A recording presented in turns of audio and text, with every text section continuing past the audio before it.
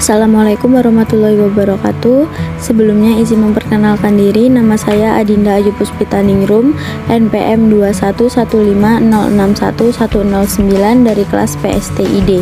Di video ini saya akan menyampaikan materi tentang digital signature. Digital signature atau tanda tangan digital adalah suatu tanda tangan biasa yang dibuat secara elektronik yang berfungsi sama dengan tanda tangan biasa pada dokumen kertas biasa.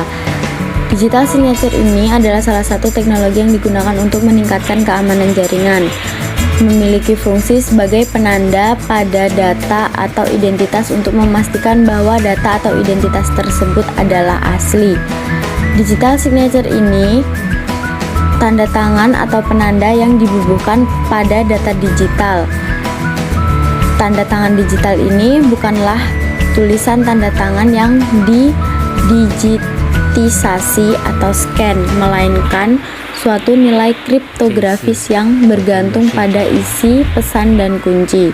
Tanda tangan elektronik juga memiliki kekuatan hukum dan akibat hukum yang sah selama memenuhi persyaratan sebagai berikut. Yang pertama, data pembuatan tanda tangan elektronik terkait hanya kepada penanda tangan. Yang kedua, data pembuatan tanda tangan elektronik pada saat proses penandatanganan elektronik hanya berada dalam kuasa penandatanganan. Yang ketiga, segala perubahan terhadap tanda tangan elektronik yang terjadi setelah waktu penandatanganan dapat diketahui.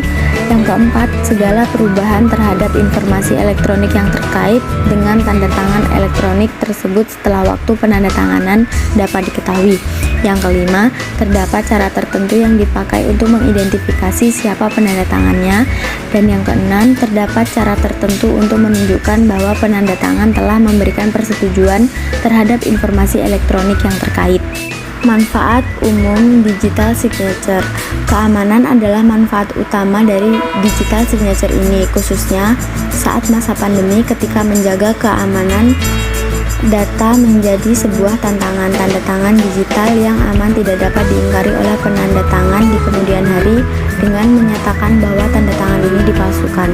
Namun ada beberapa manfaat dari menggunakan digital signature. Yang pertama, timestamp yang akurat. Yang kedua, diterima secara global serta legalitas terjamin. Yang ketiga, efisiensi waktu. Yang keempat, mengurangi cost. Yang kelima, dampak positif pada lingkungan. Yang keenam, traceability. Selain manfaat, digital signature juga memiliki fitur dan cara kerja, yaitu nomor identifikasi pribadi atau PINS, password dan kode. Digunakan untuk mengautentifikasi dan memverifikasi identitas penerima dan menyetujui tanda tangan mereka. Kemudian asymmetric kriptografi atau kriptografi asimetris, yaitu menggunakan algoritma kunci publik yang mencakup enkripsi atau autentikasi kunci privat dan publik. Kemudian checksum digunakan untuk perbandingan untuk mendeteksi kesalahan atau perubahan. Checksum bertindak sebagai sidik jari data.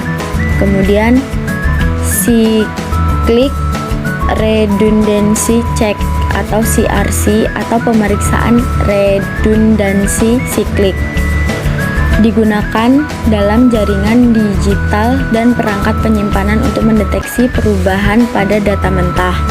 Kemudian sertifikasi authority atau CA, validation atau validasi otoritas sertifikat, yaitu penggunaan CA membantu menghindari pembuatan sertifikat digital palsu.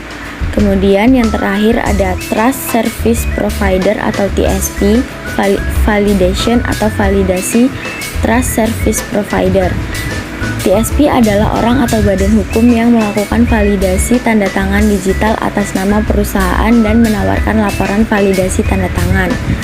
Yang terakhir, adapun penyedia layanan digital signature di Indonesia, yaitu yang pertama Privy ID, yang kedua DigiSign, yang ketiga Vida, yang keempat Peruri, Yang kelima, Ayotentik.